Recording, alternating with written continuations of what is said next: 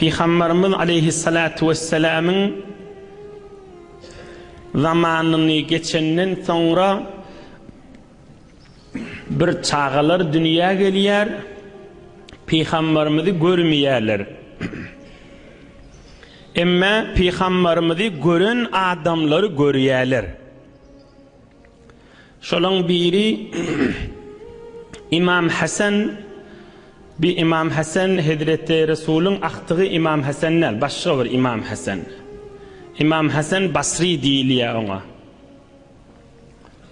Ol büyük adam Peygamberimizin zenanası, Müslümanlığın enesi Ümmü Selman kucağına ululun çağı oluptur.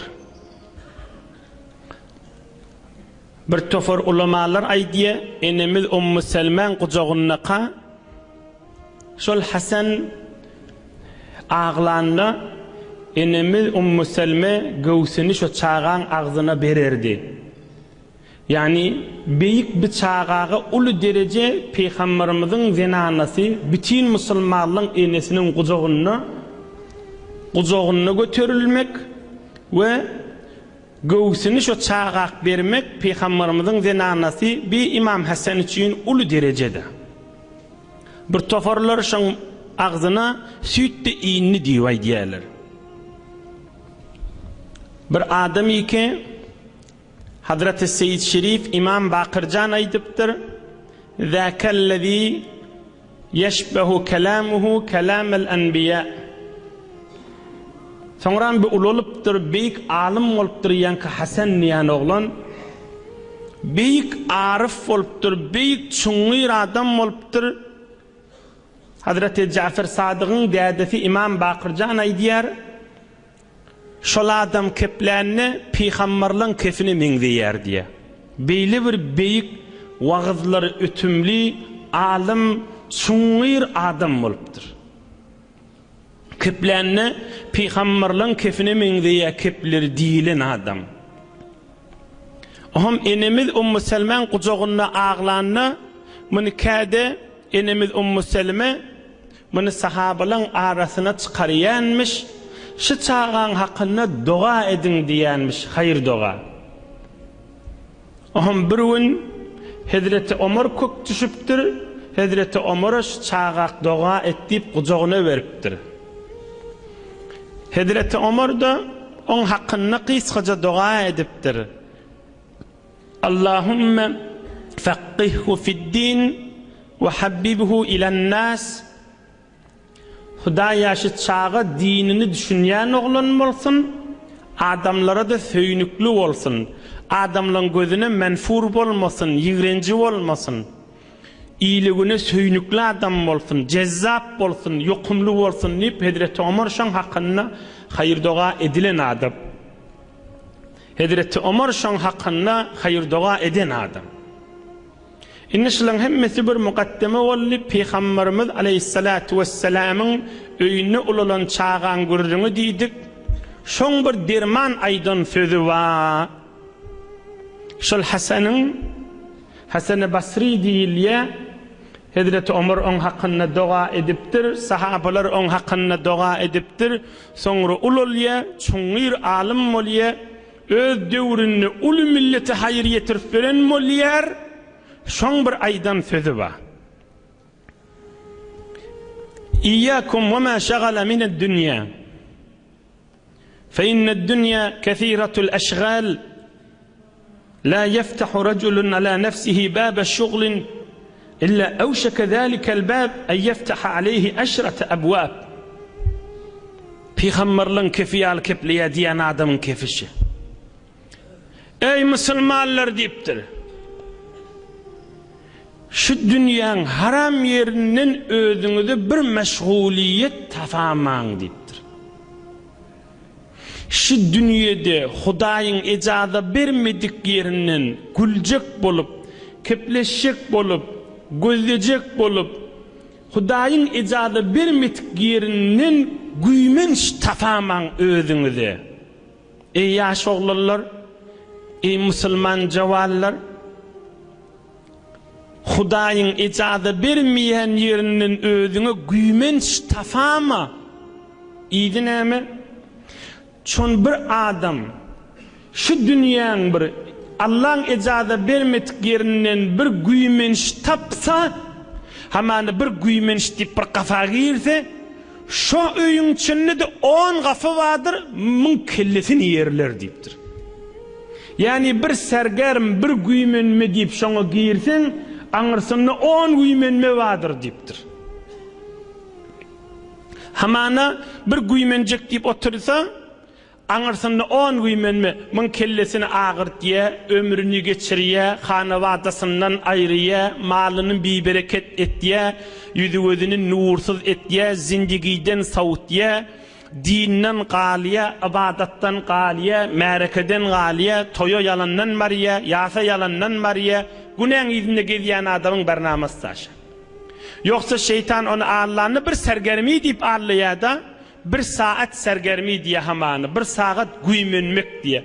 Şu güymenmek yani günah güymenmek bolsa, şu güymenmege girsen 10 gafaçılar sanar deyiptir. Dargadıp durarlar deyiptir. Ine şu büyük adamın aydan kefişi. Mahtumul işan näme diye, dünyaga doymak yok, yine bir diyer, göngül maksadına yetip bolmayar.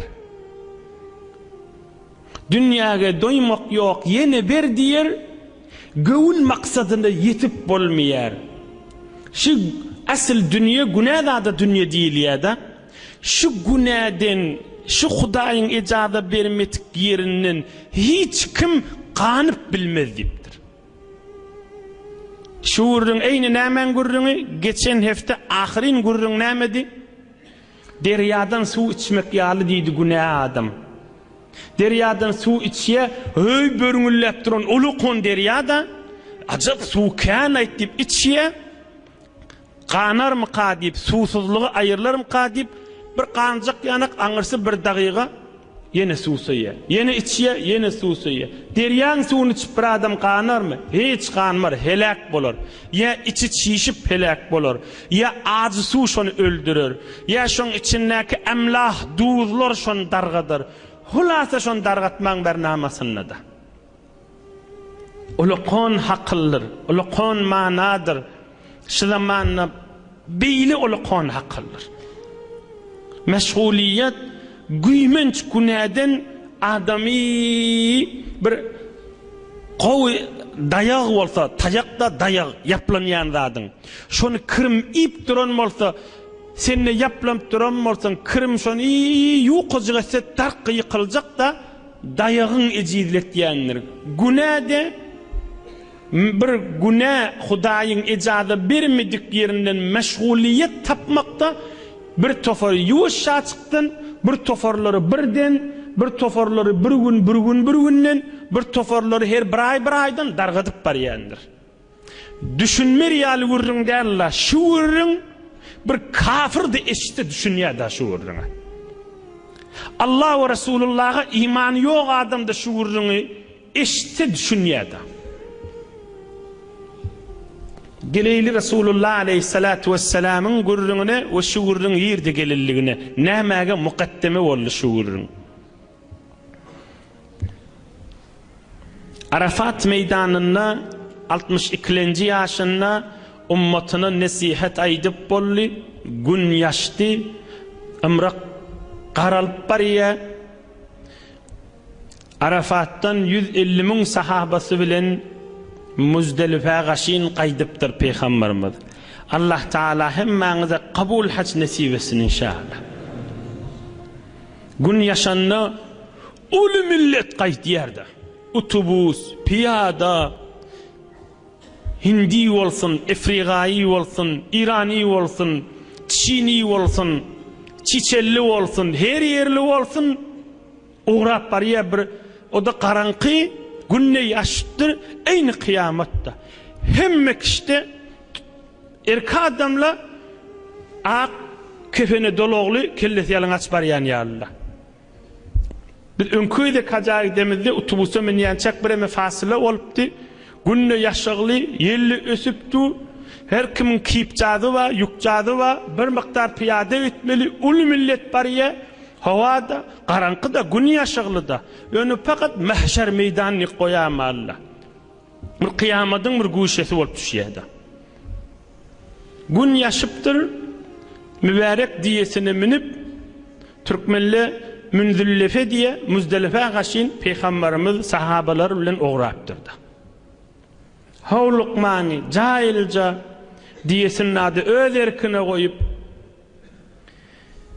tam Muzdelife geliptir.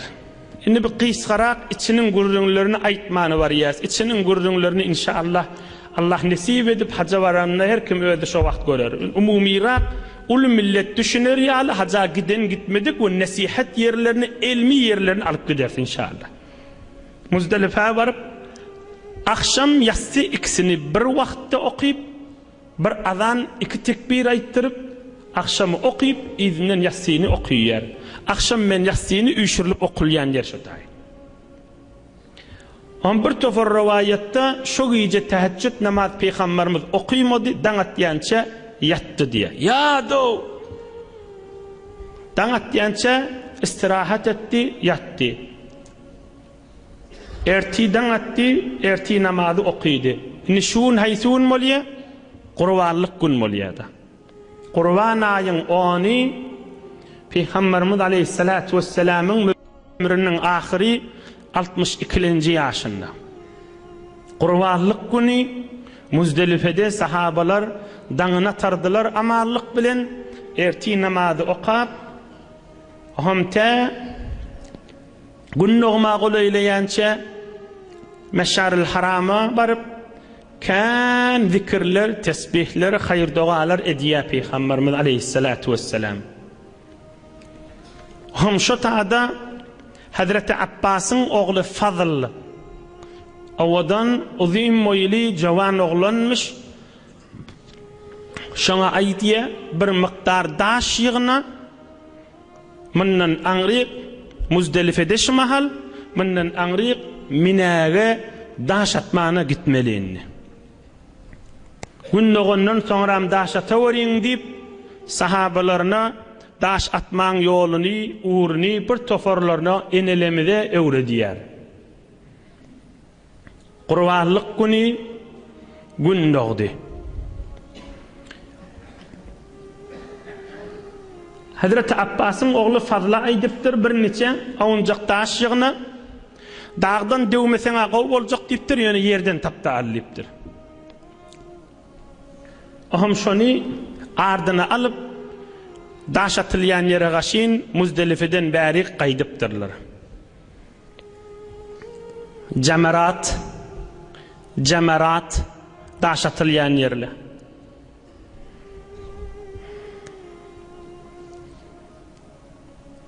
وفي الطريق عرضت امرأة شابة من خثعم فسألت النبي صلى الله عليه وسلم عن الحج عن أبيها وكان شيخا كبيرا لا يستمسك على الراحلة فأمرها أن تحج عنه. هم داشت mağa yetme kalir bir gelin, yaş gelin Peygamberimiz Aleyhisselam'ın önünden çıkıp yolunu tutup Türkmen keserip diyede. Peygamberimiz Aleyhisselam'ın önünü keserip durup ya Resulallah men qarr dedem ma deyiptir. Düyan üstüne, ulağın üstüne oturanına cahil oturup bilene qıyşarıp oturuya onu danmasan bir saklanmasa düyan üstüne durup bilecek değil. Men şun tarafından hac etsem bolar mı deyiptir. Peygamberimiz Aleyhissalatu vesselam hava deyiptir. Sen şun tarafından hac etsen bolyar deyiptir. Ol uzurli eciz hac etmeden şun tarafından hac eda deyiptir. O zulmün gurrun kamil geçendir. Bir adamın tarafından hac edecek bolsam. وجعل الفضل ينظر إليها وتنظر إليه فوضع صلى الله عليه وسلم يده الشريفة على وجهه فصرفه إلى الشق الآخر. Şu gelin Peygamberimizden sorap bolondan sonram ya sorap duqa Peygamberimizin ardına oturan cavan ovadan oğlan ki Hazreti Fazıl olsun şunu gözlep duranmıştı. Peygamberimiz gözleye Fazıl'la şunu gözlep duranmıştı. Oham Peygamberimiz Aleyhisselam mübarek elini Fazıl'ın yüzünü tutup ardına duran fazlı yüzünü tutup beylekliğin övürüye. Gözleme onu diyen yalet yer.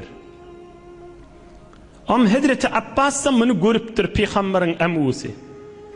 Näme men oğlumun yüzüne mübarek elin koyup beylek övürdün bilecek bolup soraýardy. Lawayta unqa ibn ammika ağan oğlunun boynunu beylek övürdün diptir. Bu taýda bir gözlemeli zat barmy diýen ýanak ya gözlemeli zat barmy diýen ýaly. Peygamberimiz aleyhisselam aýdypdyr: "Ra'aytu şabban we şabbah felem aman eş-şeytan aleyhima." Ey Abbas dipdir. Ardımda oturan erkek oğlan, jawan oğlan, o gelinine jawandy. Bir-birini gözläp durup şeytançılar ağlarım kadip korktum dipdir. Aham elimi yüzüne koyup beylenmek diýdim dipdir. Yankı deslapdaki aydan gurrunum mukaddeme şunun süýntüdi. Yani şoň elini Resulullah aleyhisselam mübarek elini yüzüne koyup beylen gözle diýdigi indi yankı açıklap aýdylşyna göre şor sudan içme diýdigi da. Bir-biriňiz gözleseňiz işte hacın bereketi gitjek. Daşatılmany var ya, şeytan daşatmany ya, pikir başga ýerde boljak. Ine şor su diýeni. Gözledin yeni gözlemeli. Ya şonu iýdarlamaly. Ya onu iýdarlamaly. Ýygy zindigiler harap bolmaga var ya. Ýygy helakatiye var ya. Ýygy helaklige var ya. Eýni ýanky wurun. Emma şonu gözlemän nuqa fikri salim, ruhu salim, ruhu qaranqy dädi, salimjak bar ýady da. Emma ol bir-birini gözläp tuqa, ol salim faza, ol ruhani, nurani, ak faza, ol ikisinin qaranqy bolup barýar. Elin yüzüne tutup beýlen gözle diýipdirdi. Eýni ýanky wurrunda, men birime duraýlyň şoň üstüne. Şor sudan içme diýdigi da. Hamana şu mahal umumen kafir musulmançylygyň içinde ki meselen jamiede birime qyn bolupdyr, göz saklama qyn, namahrem kan, hijab rahayet bolmaýar. Bu gurrunlar hemmemiz bilýäs. Ulu bir dert gurrun ýöne açyklap aýdaýlyň derman ýollary bilen bile.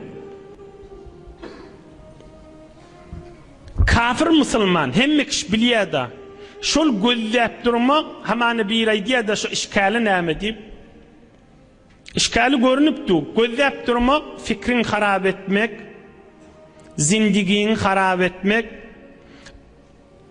içeriğinden sawymak, bibereketçilige düşmek we ýygy bidereklige var ýa. Ýygy qysgajaty şida ýanky wurrun, derýän şortuny içmek näme? Eýni şoda. Ve hiç vakti yürek diýerleri biri-birine razi bolup bilmeýär. Dünýäge doýmak ýok, ýene bir diýer, göňül maksadyna ýetip bolmaýar. Hamana ol qan adamlar, ahunjanlar men bagşlan açyk aýtyp bereýin. Jawan oglanlardan üçin her hal gurrun şişi mahal. Resulullah aleyhisselam mübarek elini yüzüne koyupdur. Kan sahabalan arasında beýlen gözle diýip. Hamana bir adam çeşim çiran işi şo bolsa, işi hamana namahrem gözlemek da. Bernamasy şoň ýydyne bolsa. Neyinki bir işte bolýa hutbuhut gözüne namahrem etýär. On gurrun inşallah işte açyklap aýdyn. Emma bir adam işi gözlemek bolsa, hemme kişini bilýär da. Hamana şu bir hiyabanyny otursa ertiden ta akşamaçyly bagşlan namahrem gözlese, akşam şoň tebiği, heyvani, beşeri bir özünün bir hevesi var da, akşam bolanna ha men gözüm inni doýdy, inni men erti gözlemeýän, inni men gözlemeýän diýermi? Hiç diýmez. Derýän suwun içen ýaly öňkönkidir, öňküden nebeter suwsuz bolur. Emma şon gözlemese, hamana şuma hal rahat otyňyz da, rahat otyň, fikriň de rahat, ruhuň da rahat da. Emma şuma hal hamana bir köçeden barýan bolsa, on şon gözlese de biri sen rahatyň ol tapyp bilmeýär da. Ol inni zäher ya sam ya narahatyny biri-biriniň ýüregine oklaýar da. Bir her hal tabiatyň gurrungy, şeriatın da görürüňi. On bir adam inni işi şo bolsa o ki belli ol helaket. Orda derýän suwuny içip basym helak bolýar. Emma inni görürüň näme? Bir adam işi öz halal kesbi, halal çöregi ya öz owasyny bolsun, ya Tehran ýanak ýerde bolsun, ya Harşda bolsun, ya her ýerde bolsun. Ya idarasyny bolsun, ya kesbini bolsun, ya kargerisini bolsun, ya bir toporly işi öýüň içinde bolýar. Ya her ýerlerde bolsun ki benden bizar günü wa günäden emma hut gözü düşýär şolar näme etmeli. Musulmanlyň narahatçysy, musulmanlyň şoňa bir ilaç tapjak bolýan zady. Jawan dostum gowjatda gulagas. Awvelkisi dehretli çıkmak öýüňden beter muassirdir. Beter eserlidir, beter gowzattır. Hudaý bize nur edip sowgat beren zadydyr. Allah bize sowgat etip beripdir da. Şon erti bilen çykdyň, o belli bir zat, sen özüň bilýän şu namahrem sen gözüň düşjek da, dehret kıllygy. Dehretilje. Sınja gylýan, dehret kıl, seni biri görse, näme namaz okuyjak bolýanmy diýse diýsin. Dehret kılımda yenilecek bolýanny. Bir. İkincisi, baryan yerinde Allah'ını zikr etdi. Subhanallah, elhamdülillah, ya nur ya Allah, estağfirullah, Allahümme salli ala Muhammed, ya zikri kalbin, zikri ruhun, letaifin zikri, her gaysi olsun. İki oldu. Üçüncüsü, şu arada, namahrem arada, ya şu günah varada bir bilen hiç kiminin gurrun etme. Bir bilen gurrun etme. Palan günah kan molptur bolmanlar, palan yerde günah ba, şun pikrini bernamasına gurrununu giyirme. Olu konradın mirdeşi. Arasta gezmen yolları. Yine bir akşam öýegelende bir Kur'an-ı Kerim açta ya okuy. Vaqt bolmasa bir gözläp qal. Kur'an-ı Kerim'i açtı, bir kul vallahu ahad da bolsa okuy. Ya awvelki sefesinde Sure-i Fatiha alhamma. Sure-i Fatiha'nı gözle, nahar düşýänçe, çay demliýänçe, bir kase sawyýança, bir alham Sure-i Fatiha okuy. Kur'an'ı açtı okuy. Şu Kur'an'ı gözläp duranlyňma, ol öýlen erti bilen her hal göz düşüpdir, özüň bizar günüň muhimmesini ýuwar. Akşam gözün salımcak bolup yatar. Asıl himmetinden bitirir yol näme? Asıl kanun şılın 5'ini 6'sını qabatdyran yol her heftede agzayas bir bahane velin. O da näme? Şu gözlemen ya günäň iýdinne bolmasaň utarsaň iki dünýäň abatdyr. Gurrun şu pikrin pälin bernaman şoň iýdinne bolmasyn. Muňa dige mert bol her ýerde bolsaň da. Muňa mert bol. İşinde her iş bolsun. Şaýat gözüň düşýän bolsun, çäre ýok bolsun bir tofor işlerde. Emma iýdinne bolma. Pikirne bolma. Yani bir günä bir giriftar bolýan, şo günäni erti iýdarlap bilýän, akşam bolýar ýa men erti iýdarlamarny. Ben musulmanny. Men erti iýdarlamaýanny kuşin goý kenarda. Hak kamil musulman naşa. Näme diýip günä giriftar bolýarlygyny narahat ýöne iýdarlamaýar. Qadryny bilen aýdylýan kefin çyn ulaqan görüňdir. Çyn derman görüňdir. Çyn kilidi açar görüňlerdir. Iýdarlama, iýdinne gezme. Bir günah var sen ertide şon iýdarlap bilýän, iýdarlama.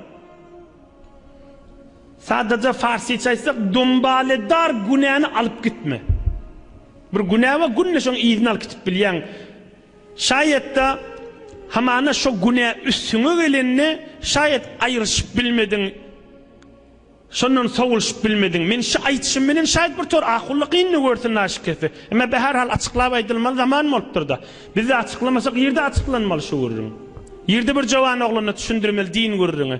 Fakir ay men gözüm saklap bilmeýänip namaz okuýanak gijuny günäň iýdinne gesip raha hal aýdylmaly bolar ahim. Şeriat yolunu açıklanmalı olarda. Ine gözde hamana şu günah şu vakt üstüne gelenne şayet şu vakt gözün soğup bilmedin. Şayet özünü ayırıp bilmedin. Awala ayıracak bol mert bol. Yine bolmayan bolsa erti şonu idarlap gitme. Öyleden soň şonu idarlama. Şu günahını iyiden alıp gitmeğin sana ansat bolsa şonu idarlama, hak musulmanlasın. Hudaýyň söýen bendesi dasyň. Emma bir yoldaş seni idarlap elinden tutup şonu alıp gitjek bolsa, meni alıp gitjek bolsaň yoldaşlykdan sagylşdy, ýüzüne galma, maňa mert bol. Ay ýok, o sen beter quri, beter hoş gap. Ýok, men zindigim dargatjak bolmady. Meni dargatmady. Men dargatjak bolmady. Men onu etmerimdi. Ya şeytan waswasa ediýär, hop sen gözüň namahremden ýymanyň peýdasy ýok, erti ýene namahrem köp gelýär. Ya sen şu birinden gözüň ýymanyň men işte ýene birini görersiň diýe. Bütün şeytanyň mekridir. Şu bir däneden gözüň ýymýan sen musulmançylykda. Ya inniki sen gözüň namahreme düşeni bilen narahatyň ba musulmançylykda. Ya hemin ki şoň ýygyny gedeňa ol kon musulmançylykda. Ondan çürüyüm vaswas ol fikrin harap etme. Narahat bol, ol musulman yürüyü narahat bol ya da İslam owadan yürüymennu dip. Ol musulmançylykda, ol yürüymeli. Ol peygamberlerden gelen mirastır senin yürüyümde bardır. Ol bir men yürüyün narahat bol ya, yürük yanıya, ol bayat bolmaly ki o musulmançylykda. Emme ol narahati ki şeytan sen narahat edip, ay sen gözün saklap bilmeyen, ay veleş seni didirama ödüne. Hamun iyidin ne gezmeyen, olu kon ibadettir.